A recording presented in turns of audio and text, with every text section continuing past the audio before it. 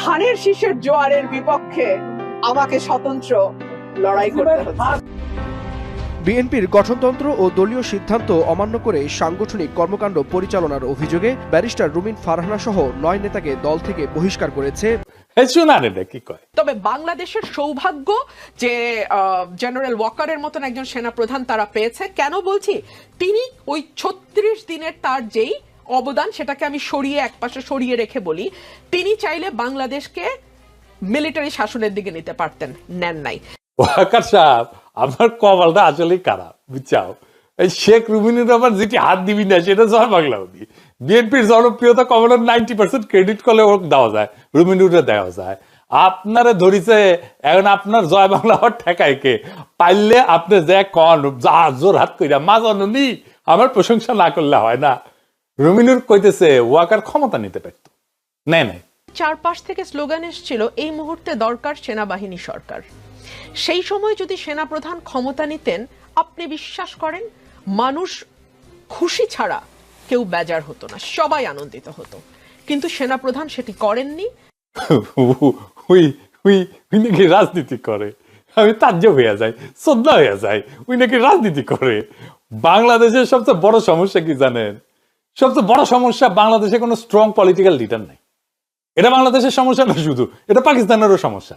এই জন্য পাকিস্তানে কোনো ইনস্টিটিউট দাঁড়ায় নাই, দেশটা মাথা তুলে দাঁড়াইতে পারতেছে না। জিন্নাওকালে মারা যাওয়ার পর থেকে পাকিস্তান নেতৃত্ব শূন্যতা ভুগছে। এই জন্য ওই ফাঁকে আর্মি ক্ষমতা বানাইছে, দেশটা মারা গেছে, দেশটা ভেঙে 2 টুকরা হয়েছে, অর্থনীতির মারা গেছে। আর্মির সামনে দাঁড়ায় কইতে পারে না স্টপ ইট, এটা তোমার ডোমেইন না, এটা তোমার এলাকা না, দূর হটো। আর্মির নাম নেওয়ার আগে উজু কইরা নেয় বাংলাদেশের পলিটিশিয়ানরা। তারপর কয় দেশপ্রেমিক সেনাবাহিনী, এটা কইয়া তেল দেয় কিছুক্ষণ, তারপরে মিন মিন মিন মিন মিন মিন করে কথা কয়। আর জেনারেলরা পাইছে, ধমক দিলে প্যান নষ্ট করে ফেলে পলিটিশিয়ানরা। তো ধমক দিবে না কেন? 100 বার দিবে, আমি হইলেও দিতাম নি। যাই হোক, এই আর্মি আর ক্ষমতার ব্যাপারটা এটা বুঝেনি, এটা বিষয়টা কি আসলে। কারণ একটা সময় দেখেছিলাম যে পাবলিক ওয়াকারকে তেল দিতে দিতে দিতে দিতে আকাশে তুলে ফেলিছে, যে ওয়াকারকে বিপ্লবের নেতা বানায় ফেলিছে। ওয়াকার না থাকলে নাকি বিপ্লবই হইতো না, আমরা নাকি জিততেই পারতাম না। রাষ্ট্রের বৈধতা কোত্থেকে আসে? রাজনৈতিক দার্শনিক ম্যাক্স ওয়েবার কইছিল ইংরেজিতে এই কথা, যে বাংলা কইরা কই আর কি, ইংরেজি যেহেতু কইছে ঠিকই কইছে, তাই না? এই রাজনৈতিক বৈধতা আসে জনগণের রাজনৈতিক ইচ্ছা থেকে, পলিটিক্যাল উইল থেকে, যাতে নির্বাচনের মাধ্যমে গণসম্মতির মাধ্যমে প্রকাশ পায়। রাজনীতি হইলে সেই প্রক্রিয়া যার মাধ্যমে জনগণ ঠিক করে কে এই বৈধ বল প্রয়োগের অধিকার ব্যবহার করবে। সরকার, এটা সরকার, সেনাবাহিনী না। মানে সেনাবাহিনীকে সরকার চালাবে, রাজনৈতিক নেতৃত্ব চালাবে, এটাই তার বৈধ বল প্রয়োগের ইনস্ট্রুমেন্ট। এইটারে কে ব্যবহার করবে সেটাই ঠিক করে ভোট। সেনাবাহিনী আপনা হাত জগন্নাথ, সে নিজের শক্তিকে নিজেই ব্যবহার করে। রাজনীতি সেনাবাহিনীর উপরে শ্রেষ্ঠ, কারণ রাজনীতি জনগণের প্রতিনিধিত্ব করে, আর সেনাবাহিনী রাষ্ট্রের যন্ত্র। যখন আর্মি রাজনীতির চেয়ে শক্তিশালী হয়ে যায়, তখন সেনাবাহিনী রাজনীতির উপর প্রভাব বিস্তার করে, যা সরাসরি শাসন করে। তখন এই যে মৌলিক যে বৈধতার উৎস, সেটাই বদলে যায়। জনগণের ইচ্ছা তখন আর চূড়ান্ত থাকে না, রাষ্ট্র তখন অস্ত্রধারীদের হাতে চলে যায়। তাই ঘটছে হাসিনার আমলে। এর ফলে যা ঘটে, নাগরিকদের অধিকার নষ্ট হয়, কারণ সেনাবাহিনী নিরাপত্তা চিন্তা করে, স্বাধীনতা না। আইনের শাসন ভেঙে পড়ে, কারণ সেনাবাহিনী নিজে আইন নির্ধারণ করে, নিজে একটা আয়নাঘর বানায় ফেলে, নিজেই গুম করে, নিজেই খুন করে ফেলে। বেসামরিক প্রতিষ্ঠানগুলো দুর্বল হয়ে পড়ে, ব্যুরোক্রেসি, বিচার ব্যবস্থা, সংবাদ মাধ্যম, মিডিয়া সব আর্মির নিয়ন্ত্রণে চলে যায়। তাই না মিডিয়া নিয়ন্ত্রণ করতেছে না, ডিজিএফআই নিউজ পাঠায়, সেটা ছেপে দেয়, কি করতে হবে কি ছাপাইতে হবে সেটা ডিজিএফআই বলে দেয়। রাজনৈতিক চিন্তা, মতবিরোধ, সৃজনশীলতা এটা নিস্তেজ হয়ে যায়। সেনাবাহিনীর ভাষা হইল আদেশ, মান্যতা। গণতন্ত্রের ভাষা হইল বিতর্ক এবং সমঝোতা। এবং সেনাবাহিনীর এই ভাষা শোনার জন্যই রাষ্ট্র তার প্রাণ শক্তি হারা ফেলে। পাকিস্তানের উদাহরণ একটা ক্লাসিক উদাহরণ। 47 সালের পর থেকে পাকিস্তানের রাজনীতিতে সেনাবাহিনী গার্জিয়ান অব দ্য স্টেট হয়ে বসছে। এর পিছনে 3টা কারণ। একটা হচ্ছে দুর্বল বেসামরিক নেতৃত্ব, জিন্না এবং লিয়াকত আলী খানের মৃত্যুর পর যে রাজনৈতিক শূন্যতা সৃষ্টি হয়, সেইটা আর কাটাই উঠতে পারেনি। 2 নাম্বার হইতেছে ভারতের সাথে একটা নিরাপত্তা সংকট আছে, তো রাষ্ট্রের নিরাপত্তা ইস্যুকে রাজনীতির চেয়ে বড় করে দেখানো হয় সবসময়। 3 নাম্বার হয়েছে যে আমলাতান্ত্রিক একটা রাষ্ট্রীয় কাঠামো, যেটা সামরিক আমলাতান্ত্রিক জোট একটা ডিপ স্টেট তৈরি করছে। এর ফল আইয়ুব খানের কুদেতা থেকে শুরু হয়েছে, জিয়াউল হক কু করছে, তারপরে পারভেজ মোশাররফ কু করছে, এখনো সেনাবাহিনী আসলে ক্ষমতা দখল করে আছে। এই সামরিক শ্রেষ্ঠত্বে রাজনৈতিক নাগরিকত্ব বিলুপ্ত হয়ে যায়। মানুষ নাগরিক না, সিকিউরিটি সাবজেক্ট হয়ে ওঠে। পাকিস্তানের রাষ্ট্র তখন ধর্ম, নিরাপত্তা, অস্ত্র এই সমস্ত তিনে বাধা একটা দমনমূলক কাঠামোতে পরিণত হয়। এখন এই জন্য পাকিস্তানে কোনো সরকার স্থায়ী হতে পারে না, সেনাপ্রধানই মূল সিদ্ধান্ত নেয়। আমি মেলার সময় দেখাইছি না আন্না আর্ডেনের কথা, উনি একটা খুব গুরুত্বপূর্ণ কথা বলছিলেন ইংরেজি, যে violence can destroy power, it is otherly incapable of creating it. তার মানে অস্ত্র বল প্রয়োগ করে ক্ষমতা দখল করা যায়, কিন্তু বৈধতা তৈরি করা যায় না। সেনাবাহিনী যতই শক্তিশালী হোক, তার ক্ষমতা ভয় এবং সহিংসতার উপরে নির্ভরশীল, জনগণের সম্মতির উপরে না। এই জন্যই সামরিক শাসন টিকে রাখতে পারে না। 111 টেকেনি কেন? এই জন্যে ওয়াকার ক্ষমতা নিতে পারতো না। তার যে ক্ষমতা, যেটা ভয় এবং সহিংসতার উপর নির্ভর, সেটাই তো ধ্বংস হয়ে গেছে, সেটা দিয়ে তো কিছু করতে পারতেছে না। তাইলে সে কাকে ভয় দেখাবে, কার উপরে সহিংসতা করবে? তো করার ক্যাপাসিটি নাই। ও চাইলেও পারতো না ক্ষমতা নিতে। যে বলতেছে রুমিনুর রহমান, ও পলিটিক্সের পাও বোঝে না, পলিটিক্সের সারপোকা একটা, উল্টা পাল্টা কথা বলে। মিশেল ফুকার একটা কথা বলছিলেন যে ক্ষমতা শুধু উপর থেকে আসে না, নিচ স্তরে ছড়ায় থাকে, এটাকে ক্যাপিলারি পাওয়ার বলছে। সেনাবাহিনী যখন একচেটিয়া ক্ষমতা নেয়, তখন এই ছড়ায় থাকা শক্তিগুলো নাগরিক সমাজে মত প্রকাশ, সংস্কৃতি, এই সমস্ত কিছু দমে যায়। রাষ্ট্র তখন ডিসিপ্লিনারি মেশিন হয়ে ওঠে। গ্রামসে একই কথা বলছে যে টেকসই ক্ষমতা আসে কনসেন্ট থেকে, কোয়েকশন থেকে না, মানে বল প্রয়োগ থেকে না। যে রাষ্ট্র শুধু বল প্রয়োগ দিয়ে চলে, সেটা দীর্ঘমেয়াদে ভেঙে পড়ে। হাসিনা শাসন সেই জন্যই টেকে নাই, টিকতো না। আমি জানতাম টিকবে না, যে কোনো মুহূর্তে ভেঙে পড়বে। আমাকে পাবলিক বলতো হাসিনার আমলে আমি নাকি সকাল সন্ধ্যা হাসিনারে ফেলাই দিই। আমি আজকেও বলি, বিএনপির রাজনৈতিক ক্ষমতা তৈরি করতে পারবে না, কারণ রাজনৈতিক ক্ষমতা বোঝে না কিভাবে পলিটিক্যাল পাওয়ার তৈরি হয়। সেজন্য বিএনপি ক্ষমতায় আসতে পারবে বলে আমার মনে হয় না। আমার কল্পনায় আগামী ক্ষমতায় আমি বিএনপি আসবে এরকম দৃশ্য আমি দেখি না। কারণ বিএনপি পলিটিক্যাল পাওয়ারটা কিভাবে তৈরি হয়, কিভাবে এটাকে ম্যানেজ করতে হয়, তৈরি করে ফেলতে হয়, এই জিনিসটাই বুঝে না, একেবারে কমপ্লিটলি বুঝে না। আমি এটা নিয়ে আরো আলাপ করব, দেখবেন। আরো তো 3.5 মাস সময় আছে ইলেকশনের আগে। আর একটা উদাহরণ হচ্ছে মায়ানমার। আর্মি দেখেন রাজনীতির উপর কর্তৃত্ব প্রতিষ্ঠা করে রাখায়, দেশে কোনো বেসামরিক শক্ত নেতৃত্ব না থাকে, দেশ আজকে গৃহযুদ্ধে নিমজ্জিত, দেশটা ধ্বংস হয়ে গেল, ভেঙে পড়বে দেশটা। মিশরও একই ঘটনা ঘটবে, লিখে রাখেন। এই সিসির শাসনে থাইল্যান্ডের কত স্টেবল একটা শক্তিশালী অর্থনীতি ছিল না, আর্মি ক্ষমতাবান হইলো, কপালে শনি লাগলো, ঘন ঘন সেনা অভ্যুত্থান, রাজনৈতিক স্থিতিশীলতা এবং প্রাতিষ্ঠানিকতা দুর্বল হয়ে গেল। যে রাষ্ট্রের সেনাবাহিনী রাজনীতির চেয়ে শক্তিশালী হয়ে ওঠে, সেখানে রাষ্ট্র না ব্যারাকি নীতি নির্ধারণ করে। এইটা প্রথমে মনে হয় যে নিরাপত্তা দিতেছে, কিন্তু আসলে রাষ্ট্রের প্রাণ শক্তি, জনগণের ইচ্ছা, মত প্রকাশ, চিন্তা, রাজনীতি সব মইরা যায়। শেষ পর্যন্ত রাষ্ট্র একটা ডেড মেশিন উইথ গানস হয়ে ওঠে, একটা অস্ত্র নিয়ে একটা মৃত একটা মেশিন হয়ে ওঠে। এটা চলতে পারে কিন্তু বাঁচে না। তাহলে এই হইতেছে রুমিনুরের রাজনৈতিক প্রজ্ঞা আর রাজনৈতিক সাহস। এই জন্য তার দল ঈদের পর আন্দোলনের হুঙ্কার দেওয়া ছাড়া কিছুই করতে পারে না। লড়াইটার আগুন যারা জ্বালায় রাখছিল, তাদেরকে তুচ্ছ-তাচ্ছিল্য করছে বিজয়ের পরে। হয় ইন্ডিয়ার পায়ে ধরে, নয়তো পশ্চিমের পায়ে ধরে, নয়তো আর্মির পায়ে ধরে, অথবা ব্যবসায়ীদের পায়ে ধরে। পায়ে যদি পড়বে তো তোমার রাজনৈতিক ক্ষমতা কই? যারে তুমি তেলাবা, সে তো তোমাকে জিন্দেগিতে ভ্যালু করবে না। যার সামনে দাঁড়ায় তুমি আঙুল তুলতে পারবা, সেই তোমারে ভ্যালু করবে। এই পলিটিক্যাল পার্টিগুলা ওয়াকার আর আর্মিরে তেলাইতে তেলাইতে তেলাইতে তেলাইতে আকাশে তুলে ফেলেছে। চোখে চোখে মিথ্যা কথা বলে এখন আর্মি। গুম কমিশনের নাবিলার কথা শোনেন, মানে ওই যে সিটিটিসির আয়না ঘরের কথা সারা দুনিয়া জানে। আর্মিকে জিজ্ঞেস করছে যে ওই আয়না ঘরে গার্ড কারা ছিল, তো আর্মি কয় ওখানে আয়না ঘরই ছিল না, গার্ড কোত্থেকে আসবে? পরে দাবরেনি খেয়ে বলে যে না, আয়না ঘর ছিল কিন্তু দারোয়ান ছিল না, গার্ড ছিল না। চিন্তা করেন, ডিজিএফ এর ডিরেক্টরদের নাম চাইছে, বলে নাই আমাদের কাছে। চিন্তা করেন, শুনেন, ওর কাছেই শুনেন। প্রথম দিকে আমরা ওখানে গিয়েছি, আমরা যে ছবি টবি তুলেছি আমাদের সাথেই ছিল। পরবর্তীতে আমরা লিখে পাঠিয়েছিলাম একটা চিঠিতে যে আমাদেরকে একটু বলেন ওখানে কারা কারা সার্ভ করতো, ওখানে কারা ছিল, গার্ড টার্ড কি নাম টাম দেন। এখন আমাকে লিখে পাঠিয়েছে যে ওখানে তো কোনো সেল ছিল না। আচ্ছা, এটা মানে এত অদ্ভুত লেগেছে। আমি তারপর ফোন করে বলেছি যে ভাই এগুলো লিখবেন না, কারণ আপনি আমার সাথে গিয়েছেন, আমরা দুইজন মিলে ওখানে ছবি তুলেছি, আমরা তো, আমিও জানি ওখানে সেল ছিল, আপনিও জানেন, আমার কাছে তো ছবি আছে, আপনি কি করবেন, এটা বলে লাভ আছে কোনো? তখন বলে হ্যাঁ না সরি ভুলে গেছে।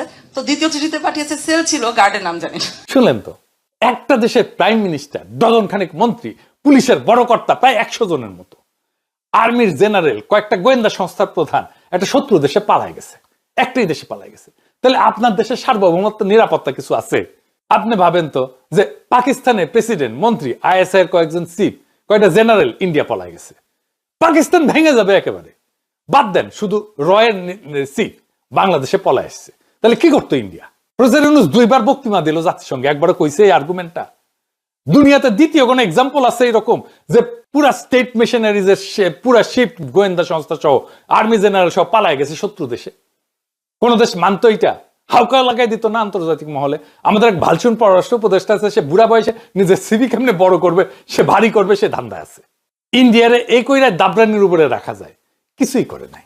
ভালো হয়েছে, তাতে কি লেভেলের অপদার্থ এগুলো সেগুলো দেখতে পারতেছে পাবলিকে। তো এই যে জেনারেলদের পলায় যাওয়া, এটা কার দায়? মুজিব তো ওয়াকারের কাস্টডিতে ছিল, জেলে ছিল, আর ইয়ের মধ্যে সেখান থেকে পলায় নাই। কেউ জিজ্ঞাসে তুমি কাস্টডিতে কেমনে পলাইলো? আকবর পলাইলো কয়েকদিন আগে, কবির পলাইলো, সে নাকি কয়েকবার রেকি করে আসছে, কবির যায় কলকাতায় যায়, শোনা যাইতেছে আমিনুলও পলাবে। তো সব করা পলানোর দায়িত্ব ওয়াকারের, আর তো কারো না। এখন আবার আবদার তুলিছে এই সমস্ত জেনারেলদেরকে ক্যান্টনমেন্টের মধ্যেই রাখবে, একটা ভিআইপি মেসকে নাকি সাবজেল ঘোষণা করছে, ওইখানে থাকবে, উঠি থাকবে, খাবি দাবি ঘুমাবি, আবার উঠি থেকে আসবি। হাসিনার আমলে 10টা কষ্ট মামলায় এনএসএ এর সাবেক মহাপরিচালক brigadier general M Abdur Rahim এবং ডিজিএফ এর সাবেক মহাপরিচালক মেজর জেনারেল অবসরপ্রাপ্ত রেজাকুল হায়দার চৌধুরীকে কারাগারে রাখা হয় নাই। তাদের প্রিজন ভ্যান করে আদালতে আনা নেওয়া করা হয় নাই। প্রত্যেকটা নিউজ চ্যানেলে তো প্রচারিত হইতো সেটা। তখন তো সেনাবাহিনীর ইজ্জত যায়নি, এখন ইজ্জত চলে যাচ্ছে একেবারে। ওইগুলো তো ভুয়া মামলা ছিল, দুইজনে তো খালাস হয়ে গেছে। আইন অনুযায়ী কিন্তু এরা এখন আর সেনাবাহিনীর সদস্যই না, চাকরি চলে গেছে। তাইলে এটা ওয়াকারের ডাবল স্ট্যান্ডার্ড না? আমারে এসে ধরছে আমি নাকি কু কইরা ইয়ে করি। হাসিনা তো নিজেই কু উস্কে দিচ্ছে। এই যে দেখেন কি কয়, যা কিছু আছে তাই এখন নামতে হবে। আর এই সশস্ত্র বাহিনী আমি জানি না এদের কি, মানে আমি তো তাদের সব ধরনের ট্রেনিং থেকে শুরু করে সব থেকে আধুনিক ট্রেনিং দিয়েছিলাম। শান্তিরক্ষা বাহিনীতে আমার সময় 1 নাম্বার ছিল বাংলাদেশ, আজকে সেই বাংলাদেশ 3 নাম্বারে নেমে গেছে। আর যেভাবে সেনাবাহিনীকে ইউনুস ব্যবহার করেছে তাতে তাদের ভাবমূর্তি আন্তর্জাতিকভাবে এবং জাতিসংঘে ওই সেক্রেটারি জেনারেলের যতই এনে টুপি মাথায় দিয়ে ইফতারি খাওয়া, ভাবমূর্তি তো নষ্ট হয়ে গেছে।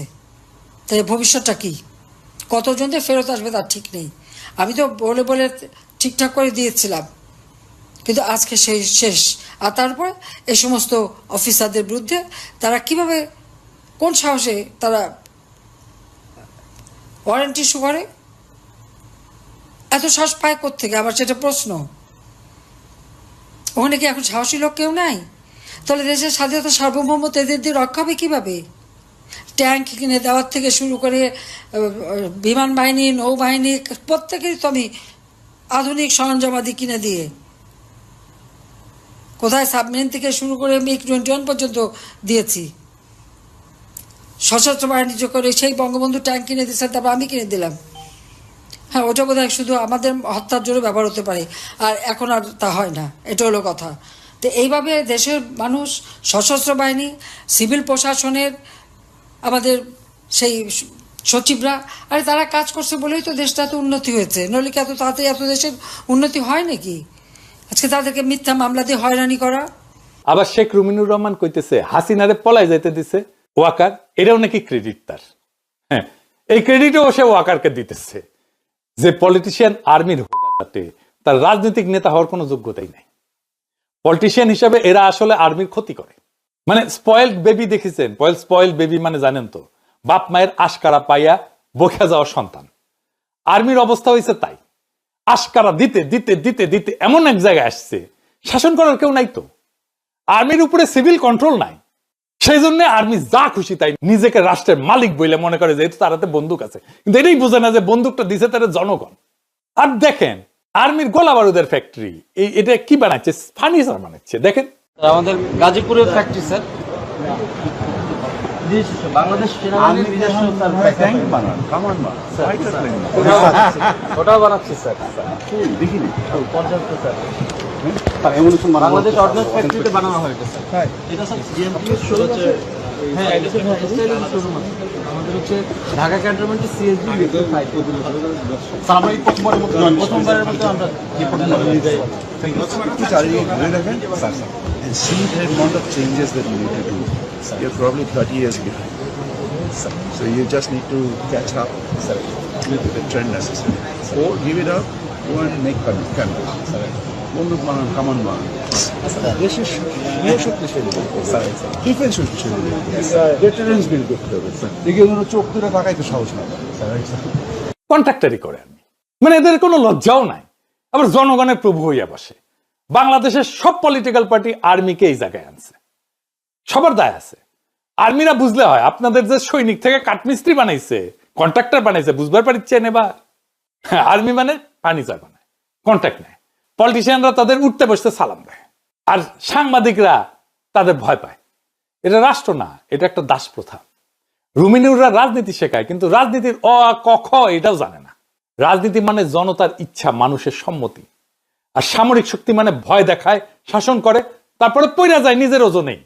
পাকিস্তান ভাঙছে সেই ভয়, মায়ানমার জ্বলতেছে সেই ভয়ে, আর বাংলাদেশে একই সাথে যাচ্ছিল যদি সৈনিকেরা গুলি না থামাইতো।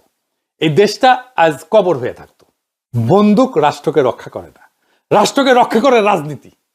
রাজনীতি মানে আলোচনা, তর্ক, ভোট, জবাবদিহিতা, ইনস্টিটিউশন, এগুলোই হলো মানুষের প্রাণশক্তি। আমরা কিছু কইলে সেট করে ওঠে একেবারে, আর্মি নিয়ে কথা কওয়া যাবে না, আর্মি নিয়ে কি কইছে, প্রোপাগান্ডা চালাইতেছে। যে রাষ্ট্রে ব্যারাক নীতি ঠিক করে, সেখানে মানুষ মরে, চিন্তা মরে, ভবিষ্যৎ মরে, থাকে শুধু রাইফেল আর হুকুম। আমি তাই বলি, যদি রাষ্ট্র বাঁচাইতে চান, বন্দুক না রাজনীতি ফিরায় আনেন। যদি নেতৃত্ব করতে চান, তেল না তর্কে যান, আর্গুমেন্টে যান। রাজনৈতিক ক্ষমতা প্রশ্নটা ফয়সালা করেন, আর্মি না আপনার রাজনৈতিক ক্ষমতাই আপনার শক্তি। আর যদি স্বাধীনতা বাঁচাতে চান, ভয় না প্রশ্ন করেন, কারণ রাষ্ট্রের আসল সীমানা মানচিত্রে না, মানুষের সাহসে, চিন্তায় এবং কথায়, স্বাধীনতায়। ইনকিলাব জিন্দাবাদ।